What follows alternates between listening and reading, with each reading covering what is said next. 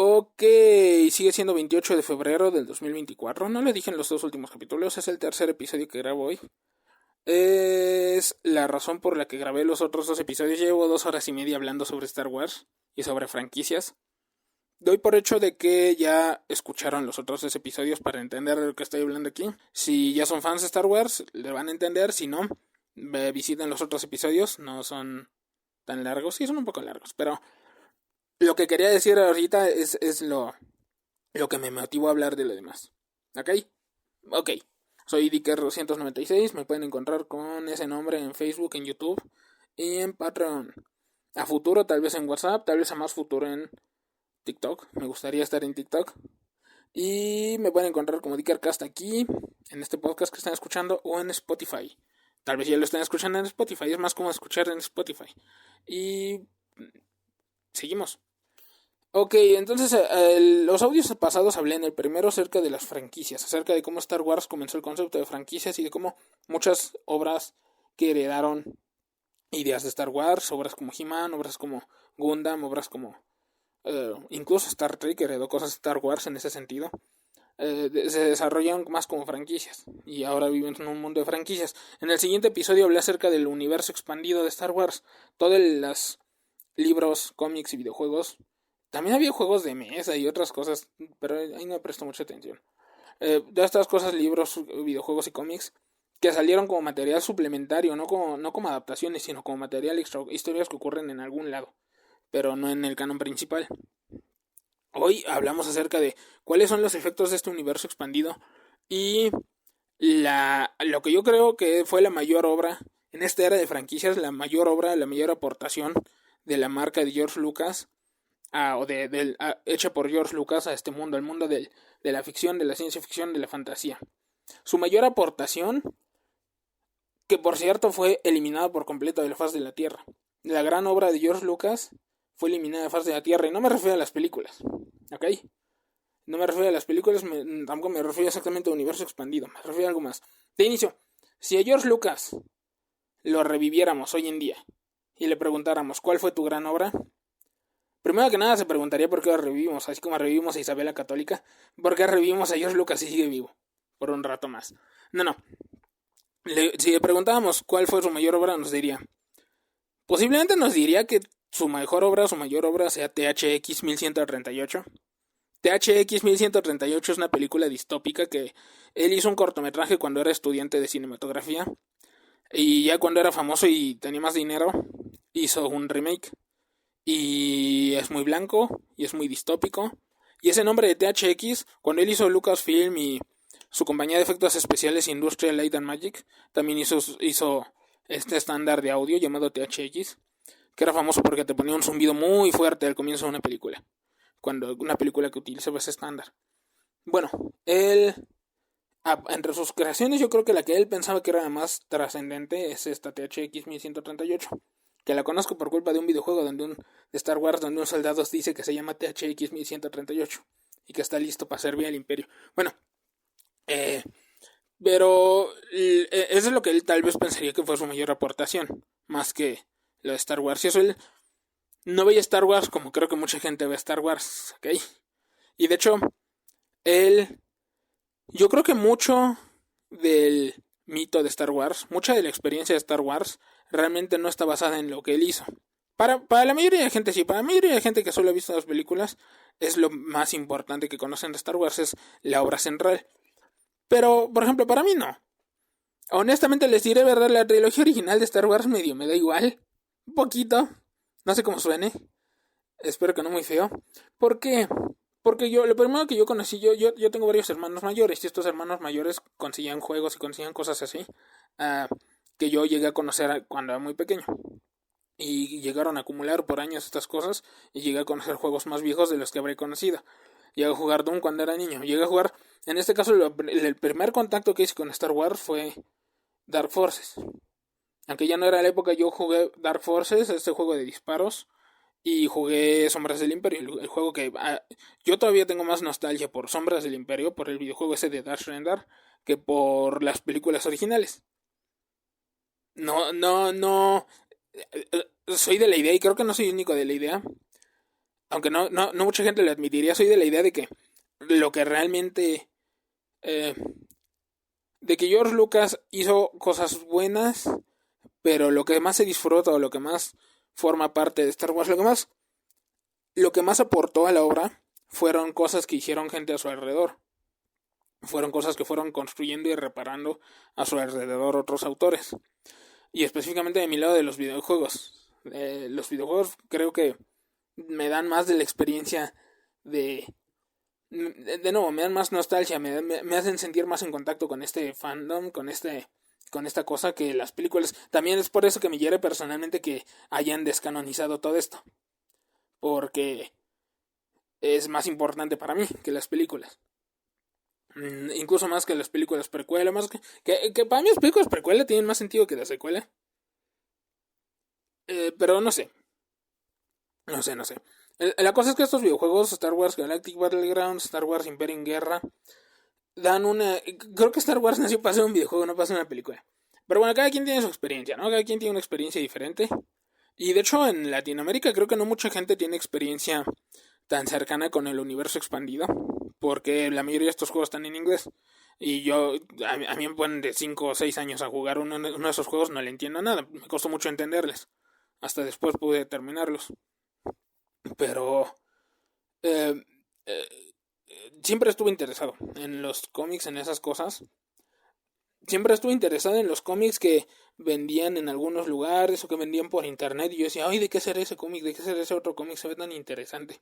En parte porque no, las películas las sacan a menudo en la tele. Incluso hoy en día las sacan a veces en la tele y las sacan de corrido. Y de hecho, yo les digo, yo cuando jugué Dark Forces, yo cuando jugué Shadows of the Empire, yo cuando jugué Galactic Battlegrounds, yo no había visto completar las películas originales ni a precuelas. No, no fueron lo primero que yo absorbí, así que no es la primera impresión que me dejó. Entonces, ¿por qué es importante? ¿Por qué estoy dándole vueltas al asunto? Porque de hecho esta es la rama, este es el asunto de que estoy discutiendo ahorita. La mayor obra de George Lucas fue una innovación en términos de franquicias y narrativa. Porque a ver, una franquicia, ¿cómo funciona? Una franquicia es esta máquina que te da contenido. Esta máquina te da contenido y si mucha gente no está de acuerdo con ese contenido, a veces la máquina cambia de parecer, cambia sus lineamientos. Pero por lo general la máquina da y tú te calles y recibes. ¿Ok? Pero, ok, antes del Internet, digamos que Star Wars está en un sitio privilegiado. George Lucas estaba en un sitio privilegiado históricamente. Porque antes del Internet, también, ¿por qué digo que Pokémon es la franquicia más grande de todos los tiempos? Porque ocurrió antes del 2000. Antes del cambio de milenio, antes del cambio de siglo, antes del Internet. Porque antes del Internet las cosas eran, en la era de la televisión, en la era todavía del cine, las cosas eran juzgadas diferente, con unos ojos diferentes a después del Internet. ¿Ok? Y quien... Es como la inflación, quien vivía antes tenía más ventajas, digamos, a la hora de hacer estas cosas, que ahora. Ahora las cosas son juzgadas. Por ejemplo, Harry Potter. Harry Potter es una franquicia muy importante que la llegada de Twitter hizo que la relación, estresó la relación entre... Harry Potter es muy importante en muchos sentidos porque toda la comunidad Wiccan simplemente son fandom de Harry Potter. Digan lo que digan, la comunidad Wiccan nació de Harry Potter. Todas estas personas que se creen en contacto con la naturaleza y que están reviviendo creencias naturales antiguas, precristianas, solo son fans de Harry Potter, ¿ok? Harry Potter ha tenido fans que su estilo de vida depende de Harry Potter, para bien o para mal. Y gente muy fanática, pero también la llegada de Twitter estresó mucho la relación entre la escritora de Harry Potter y sus fans. La imagen cambió en muchos sentidos que tiene la gente sobre Harry Potter, sobre las ideas de Harry Potter. Específicamente, no sé acerca de las cosas que decía si se puede considerar homófobos o no, no me voy a meter en eso, pero si es contradictorio que digan que este personaje que nunca se mencionó que fuera gay, es gay. Por otro lado, tiene unas imágenes medio raras acerca de los gays. Entonces podía no meter gaycidad en un personaje o no dar esas opiniones públicamente.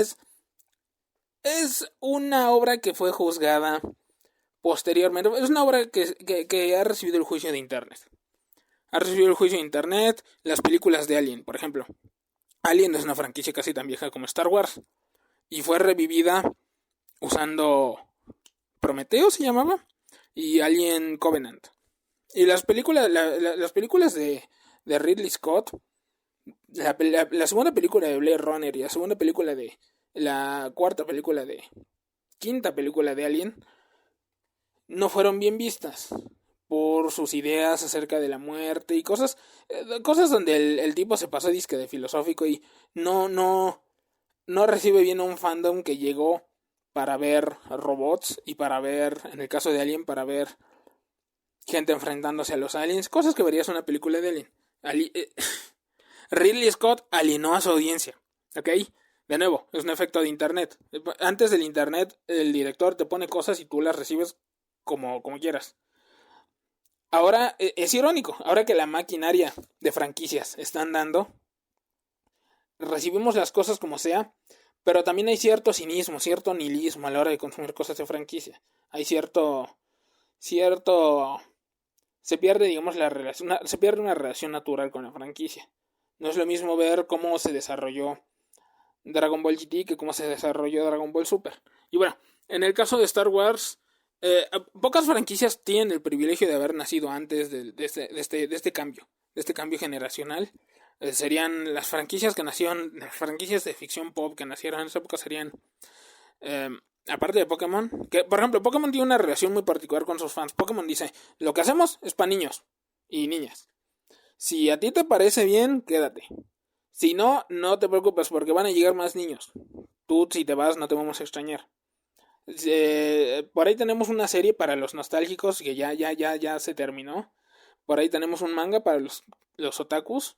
No se termina. Pues por ahí andan. Si quieres, tenemos pequeños refugios para ciertos tipos de fans. Pero no vamos a esperarte. Pokémon es Pokémon y Pokémon va a ser. Vamos a repetir los mismos juegos porque llegan niños nuevos. Éramos leales con los fans hasta Pokémon Blanco y Negro y luego ya no. Ok, es un poco rudo eso, pero es un método de sobrevivir, de supervivencia. Y otras sagas de la época, Power Rangers, por ejemplo, otras franquicias de la época. Power Rangers, no sé, de nuevo Gundam. Robotech y Macross por su cuenta. Macross y Robotech son dos franquicias separadas. Doctor Who, que Doctor Who no tiene una cabeza al mando. Doctor Who simplemente es una creación de la BBC. Y llega gente nueva y hace más Doctor Who y se van y ya no hacen Doctor Who. No tiene no tiene una persona que digas esta persona es el alma de Doctor Who.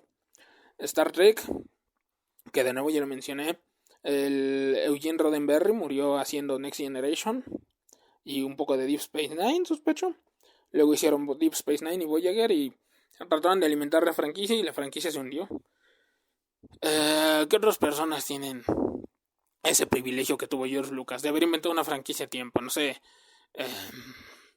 Bueno, al igual que Alien Depredador, son pocos los que tienen ese privilegio de haber vivido una época de leyendas, la era de las leyendas, de las franquicias, la era donde los dragones vivían. Entonces, el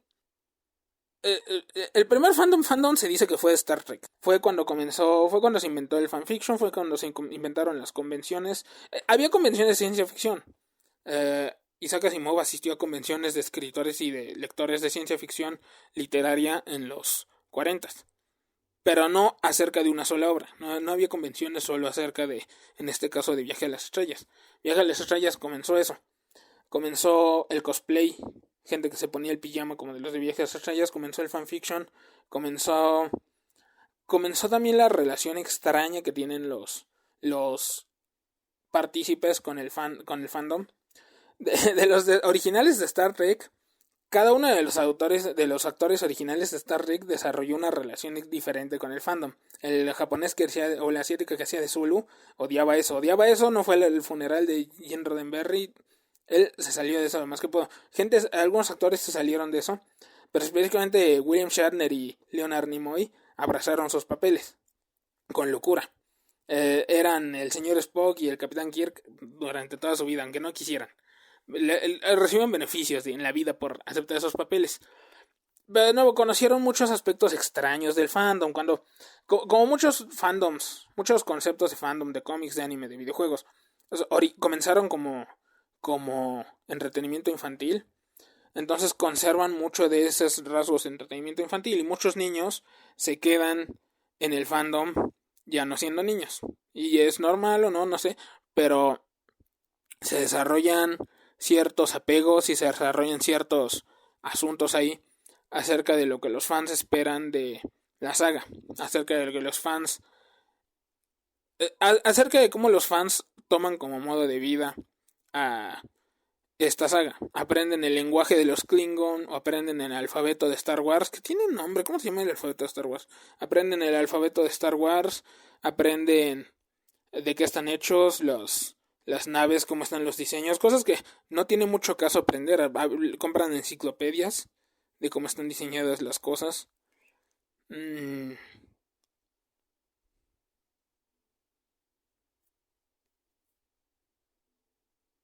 ¿Cómo se llama el alfabeto de Star Wars? Aurebesh. Aurebesh se llama el alfabeto de Star Wars, que también es una cosa que salió de Universo Expandido. El Aurebesh aprenden las distintas técnicas de combate de los Jedi. Aprenden cosas muy raras. Y leen una y otra vez los libros. Los fans pueden ser muy raros. Y de nuevo, Star Trek y Star Wars fueron los primeros en conocer eso, fueron los primeros en lidiar con estos fenómenos. Y Star Trek básicamente ignora el asunto. A veces apoya a los fans. Cuando no había series de Star Trek, por ejemplo, dejaba que algunos fans, el estudio dejaba que algunos fans accedieran a guiones que no fueron usados para poder hacer su serie de fans. Pero hay una serie de fans que ocurre creo que entre Star Trek y Next Generation. Pero luego ya esa relación se cerró con lo de JJ Abrams, con la remake que hizo. Eh, Tiene una relación inusual con los fans. Star Wars lo que desarrolló el tipo fue... De lo que estoy hablando aquí fue un sistema de tiers, un sistema de clasificaciones. Específicamente, en el año 2000, la compañía de licencias de Star Wars añadió una rama especializada en mantener el canon de las cosas, en verificar el canon de las cosas, de este universo expandido, de estas obras ultraterrenas, estas obras ultracanónicas que a veces se contradicen entre sí porque hay muchos autores involucrados. Entonces estas obras ultracanónicas fueron vigiladas por un comité o algo que se llamaba el Holocron. Un holocron referencia a unos hologramas que utilizan los Jedi para guardar información y a veces guardan personalidades de ellos mismos. Uno puede hablar con una personalidad que se quedó guardada en el holocron, aunque esa personalidad no está viva. Un holocron. Saben de Star Wars, saben lo que es un holocron. Entonces, así se llama esta base de datos que se inventó en el 2000, donde iban a curar y verificar las historias de Star Wars, a ver dónde se contradecían entre ellas. Porque cuando hay muchos videojuegos, cuando hay muchos libros, cuando hay muchos cómics, eventualmente se van a contradecir entre ellos. Ya lo dije. Pero este sistema de Holocron dijo... antes de que se inventara el sistema, la gente le preguntaba a los distintos autores, les preguntaban, oye, pero a ver, ¿tu historia es canónica? ¿Tu libro es canónico? Y decían, pues sí, pero no, porque hay varias analogías que hicieron. En algún momento alguien dijo, Star Wars es como una ventana. Ese universo tenemos una ventana y a veces nuestras ventanas están empañadas, están opacas. Así que podemos ver solo una parte de este universo. O se tomaban en serio la palabra canon y decían, Star Wars es una iluminación. El autor original, George Lucas, tiene la iluminación completa. Nosotros podemos recibir la iluminación de historias que ocurren dentro de este universo y solo esta pequeña parte aportamos y por eso una iluminación incorrecta. Decían cosas así. O decían, miren, en la vida real, cuando estudias historia, gente que estuvo en el mismo periodo te va a contar historias diferentes con contradicciones entre sí. Entonces, en el universo de Star Wars tenemos eso. Tenemos historias contadas desde distintos bandos, así que cuentan distintas cosas con distintos puntos de vista. Había unos pretextos bien complejos, bien elaborados, acerca de cómo conciliar este universo expandido, estas obras opcionales, con el canon principal. En algún momento a alguien le preguntaron, oye, al que checaba eso del Holocron, le preguntaron, oye, pero si y George Lucas checa estas cosas, dice, pues él no va a checar, es difícil para una persona de por sí checar todos los libros y videojuegos y cosas que se hacen. George Lucas creo que checa las historias que escriben para los videojuegos y ya, y no más. Y le dicen, oye, pero entonces Significa que hay fans que conocen mejor la historia que George Lucas y dicen, no, nadie conoce mejor la historia que George Lucas. Nuestras cosas son opcionales porque su obra principal es la principal, él la conoce mejor que nadie. Y nosotros se puede añadir a la historia principal. Hacían unas gimnasias mentales para hacer encajar el concepto de universo expandido con el concepto de la franquicia y con la obra central, que en este caso en las películas decían, las películas son la obra central, lo demás es opcional. Si algo contradice a las películas, entonces no sucedió. Si en la novela de El regreso del Jedi se dice que Obi-Wan y Owen Lars eran hermanos, pero en la película no dice eso, entonces el libro está equivocado. Ok, entonces había un copium y un nivel de negociación de darse por vencido, de bajar las manitas, tremendo. Pero eventualmente esto llevó al desarrollo de este sistema de canons, esta gran obra. Creo que es el único ejemplo hasta el momento de un sistema de cánones, de una pirámide de cánones. No he visto nada parecido en ningún lado. Es algo que específicamente Lucasfilms inventó y Lucas Licensing inventó, que creo que es la obra más importante. George Lucas es un mecanismo para lidiar con una franquicia que creció más allá de lo que una franquicia aguanta. Las franquicias eventualmente construyen una franquicia muy grande, se hunde. Aparecen los remakes, aparecen los universos paralelos, aparece el viaje en el tiempo y la franquicia se resetea como una computadora con Windows XP que acabas de conectar a internet y te cayó el virus del gato. Se resetea y no puede avanzar más allá. Y la razón por la que Star Wars podía avanzar era porque tenía este sistema de seguridad. Digamos, era lo que mantenía la estructura del universo expandido. Y esto, otras franquicias eventualmente van a tener que adoptarlo. Eso lo profetiza desde ahorita.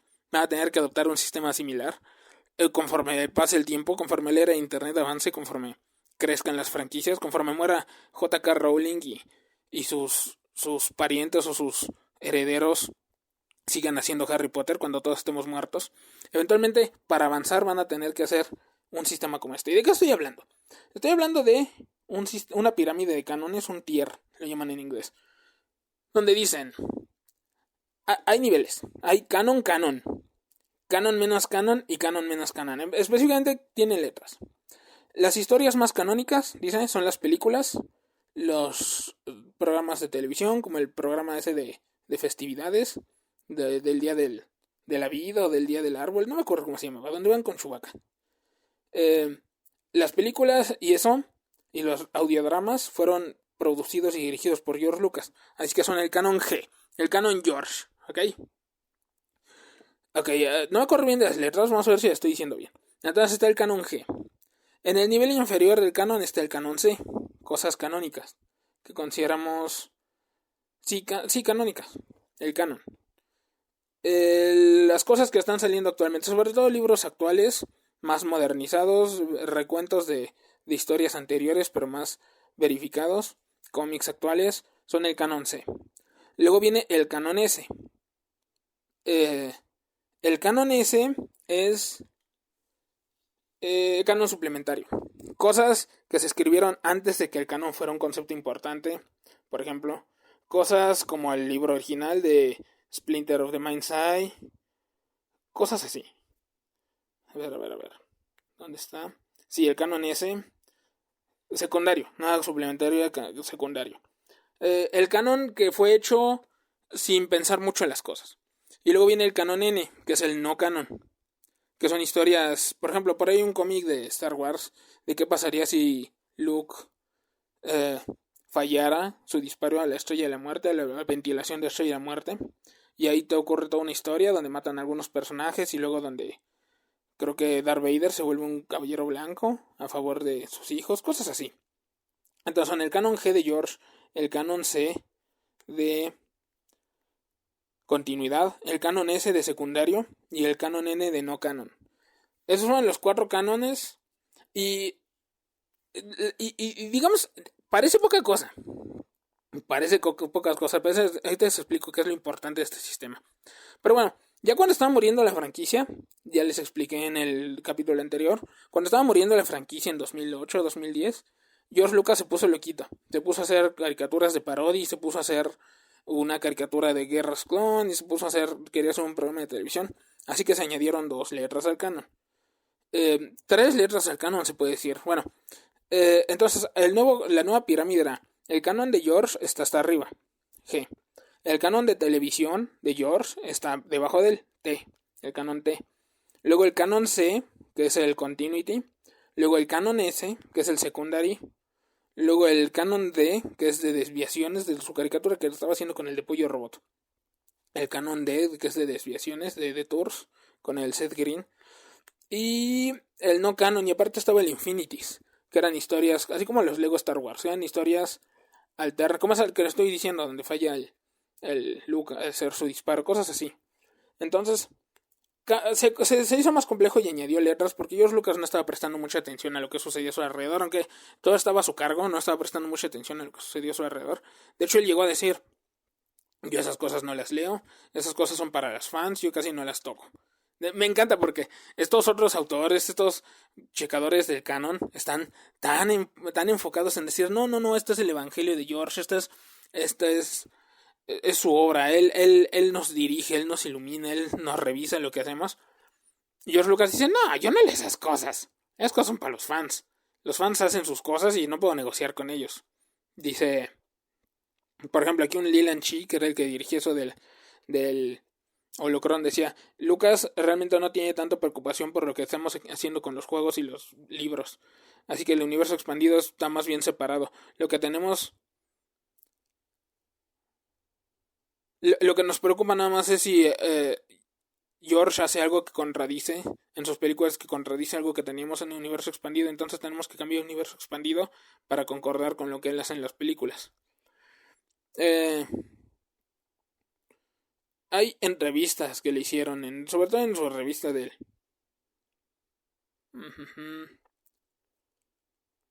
Entrevistas donde él muestra lo poco interesado que estaba en el universo expandido. Estoy tratando de leer alguna que sea interesante, pero... sí, cierto. En algún momento George Lucas dijo, hay 2 universos, como en Star Trek, parece que en Star Trek ya habían hecho algo así. Hay 2 universos, el de los fans y el mío. El mío es el de las películas y todo lo demás es para satisfacer a los fans. Y luego en algún momento le dio por hablar de la Trinidad, de la Santa Trinidad. Dijo, hay un Padre, un Hijo y un Espíritu Santo. El Padre soy yo. Yo soy el Padre, yo hago las obras cúspide de la saga. Yo soy el Padre, yo soy el que dirige aquí. El Hijo es el universo expandido y hace más o menos lo que quiere. Yo lo ignoro y él me ignora, más o menos. Hace como que no estoy y toma las decisiones que quiere. Y el Espíritu Santo son los fans. El Espíritu Santo son los fans. Y cada quien lo experimenta a su manera. Este Espíritu Santo es algo más etéreo. Y dijo que eran los 3 pilares. A ver, aquí dice una cita. Dice: yo soy el padre de nuestro mundo de películas de Star Wars, el entretenimiento filmado, las películas y ahora la película animada y la serie de televisión, y voy a hacer una serie live action. Estas son cosas en las que estoy muy involucrado y yo las preparo y yo entreno a la gente y paso por todas ellas. Yo soy el padre y ese es mi trabajo. Entonces tenemos el grupo de licencias, que es el que hace los juegos, los videojuegos, juguetes y libros y todas esas otras cosas. Yo les llamo el hijo. Y el hijo hace más o menos lo que quiere. De vez en cuando ellos me hacen la pregunta como, ¿podemos matar a Yoda? Sí, matemos a Yoda. Podemos matar a Yoda, cosas como esas, pero es muy ligero. Es muy flojo, muy suelto. Entonces tenemos al tercer grupo, el Espíritu Santo, que son los blogueros y los fans. Han creado su propio mundo. Yo me preocupo acerca del mundo del Padre. El Hijo y el Espíritu Santo pueden ir en su propia dirección. Entonces, la apatía que demostraba este tipo. Y sin embargo, esta pirámide de canons es... ¿Cómo se experimenta esta pirámide de canons? Así parece simplemente como decir, es un método para ignorar al público. Pero la pirámide de canons se llegó a poner bastante complicadita, Y digamos que era como la tabla periódica de los elementos. Cuando la lees tiene sentido. Por ejemplo, si yo quiero que una obra en particular de Star Wars me gusta mucho, puedo decidir que para mí eso es canon. Entonces cada quien es como una barra de buffet. Es una barra libre donde yo puedo tomar las partes que yo quiero Star Wars. En ese sentido, este sistema de pirámide sí es un poco un servicio para los fans. Porque si ya van a tomarse súper en serio esta franquicia, lo menos que puede hacer la franquicia es recibirlos con cierta calidez. Recibir su dependencia emocional con cierta calidez. Darles algo a cambio, pues. Y en este caso, por ejemplo, ¿qué cosas son extrañas en el canon? ¿Qué cosas son extrañas? Por ejemplo, de las guerras clon. Hay un videojuego de Game Boy Color, no, de Game Boy Advance. Hay un videojuego de Game Boy Advance de las guerras clon. Antes de que saliera la caricatura de Genndy Tartakovsky y antes de que saliera la caricatura 3 que dijeron de episodio 2. Cuando salió episodio 2, que termina con el comienzo de las guerras clon, hay un videojuego donde controlas a Anakin. Es un videojuego isométrico y te enfrentas a androides de la Federación de Comercio y de la Confederación. ¿Ok? Te enfrentas a androides en espacios medio desiertos. Es un juego medio repetitivo. Y al final de este juego te enfrentas a un fantasma del Conde Dooku. Ya saben, de Christopher Lee, del Conde Drácula. Te enfrentas al Conde Dooku y el Conde Dooku resulta ser una ilusión. Cuando lo matas al Conde Dooku, resulta ser una ilusión. Y parece ser que Anakin está enloqueciendo. No es una ilusión proyectada por Dooku, sino es una ilusión proyectada hacia él, como una especie de profecía o algo así. Entonces es un final interesante, medio misterioso, y a mí me gusta. Entonces aquí es donde checo el canon. Contradice a lo que hay de guerras clon. Bueno, en ese entonces no había, pero contradice. Va un poco de la mano con la serie de Tartakovsky, entonces ahí conecto mi obra de canon S con una obra de canon C, en este caso. Con las películas. Y yo a partir de ahí armo mi propia teoría, mi propia imagen del evento.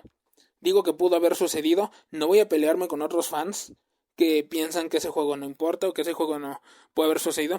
Si me peleo con un fan que me muestra, por ejemplo, el juego de Republic Commando o el juego de ¿qué juegos hay? O la película animada de Guerras Clon, entonces se puede decidir como legalmente, como si fuera una ley, se puede decidir qué cosa a la mera hora es canon y qué cosa no.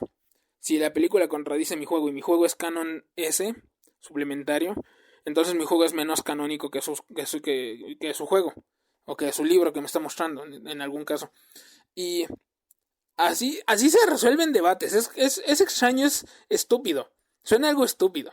Pensar, es canon para mí, y voy a fingir que es canon para mí, y no voy a confrontar eso con otras personas, pero en unas cosas es más maduro que otras formas de desarrollar el canon, que otras formas de sí obsesionarse con este canon, sí obsesionarse con esta franquicia, y obsesionarse emocionalmente, conectarse emocionalmente muy profundo con esta franquicia, y sin embargo no buscar pleitos por eso, de aceptar que cada quien, aceptar que otro individuo que también se obsesionó fanáticamente con esta franquicia puede tener su forma de verlo. Es la única, Star Wars original, Star Wars Legacy se conoce ahora, es la única propiedad intelectual donde he visto que ocurre esto. Creo que esto es este tipo de manejo personal, emocional, de aceptación de las obras va a ser necesario después. Va a ser algo que otros creadores van a tener que adoptar. Lo van a hacer inteligentemente o no, no van a estar listos para eso. Nadie está listo para eso. Le tomó 15 años a Star Wars desarrollar entre 1978 y 1992. 14, 15 años. E incluso en el 2000, de hecho, les tomó 22 años a Star Wars desarrollar esto. Lo tiraron a la basura en 2012. Les duró 12 años porque no sé, la vida de un individuo eso llega hasta cierto punto y quería el señor Lucas retirarse, ni idea. Lo tiraron a la basura en algún momento en 2018. Alguien dijo en Twitter de los que manejan ahora la saga que ese sistema de cánones con letras ya no se maneja. Me parece una desafortunado, porque de todas las cosas que hizo George Lucas creo que es la más importante, la objetivamente más importante, que serviría para más personas, pero también es la que quedó borrada de la historia. Las películas ahí siguen, los libros ahí siguen, aunque ya no estén canonizados, las cosas, el material ahí sigue, yo puedo ver cuando quiera, pero este control de la comunidad, esta forma de administrar la comunidad pareció cuando más necesaria era. Así que veremos, en la nueva era de las franquicias veremos cómo se manejan las personas, cómo se manejan las marcas. Yo creo que se van a manejar muy mal, como de costumbre. Yo creo que la gente no va a aprender las lecciones del pasado. Esto es una lección interesante. Es un primer comienzo acerca de el lado parasocial, el lado emocional y absurdo, pero también duro, de relacionarse con una franquicia, cómo se relaciona uno con una persona. Habla acerca de cosas que van a ser un problema luego. Pero bueno, no sé si debía haber elaborado más en el asunto, pero no vamos a arruinar más. Aquí lo dejamos. Si pueden, escuchen los otros audios y entienden el standing emocional en el que estoy hablando desde este punto, así con media hora solo hablando de esto. No voy a insistir más en esto, no tiene caso, sí, les puedo dar más ejemplos. Por ejemplo, eh, ¿qué cosas se contradicen entre sí? Los videojuegos de GameCube y de Nintendo 64 y los libros de X-Wing y los videojuegos de MS2 de X-Wing y TIE Fighter pueden contradecirse a veces entre ellos. Entonces aquí puedo hacer un esquema. Decir, en tal sitio sucede esto, la batalla de Mon Calamari ocurre, se respalda en Dark Empire, que es un cómic de Dark Horse, así que es canon S. Sin embargo, X-Wing es canon C. Así que se comparan, se cotejan, se extrapolan las diferencias entre un canon y otro. Y así decides qué cosa sucedió, qué cosa no, si quieres ponerte a discutir. Si no, cualquier cosa para ti es canon. A mí me gustan mucho los cómics de Tales, que se consideran Infinity, se consideran absolutamente cero canon. A mí me gustan mucho. Y me parece que le añaden mucho a la historia. Por ahí hay un cuento muy bueno donde uno de los Dark Forces, uno de esos androides que detuvo su producción, Kyle Katarn, en el juego de Dark Forces, ese que es tipo Doom, tipo Terminator, cae en Tatooine y hay mercenarios de quinta tienen que enfrentar. Entonces es gracioso porque es un semi-jefe que el héroe de ese juego puede vencer fácilmente, pero gente que no está lista le cuesta mucho enfrentar. ¿Tiene sentido? Es una historia graciosa, es un concepto gracioso. No.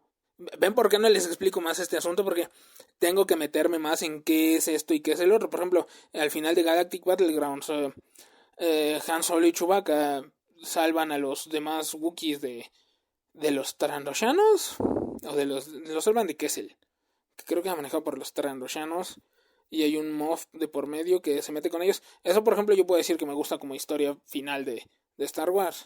Y de nuevo, para mí, cualquier cosa es canon. En mi cabeza, el make believe, en mi cabeza, cualquier cosa que yo elija es canon.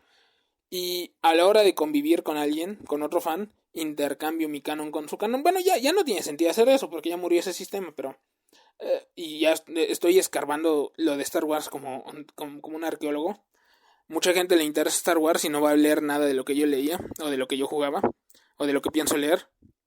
Para mí terminó Star Wars y se llevó consigo un desarrollo social importante que después vamos a necesitar desenterrar. ¿Ok? Ok. Nos vemos la próxima semana.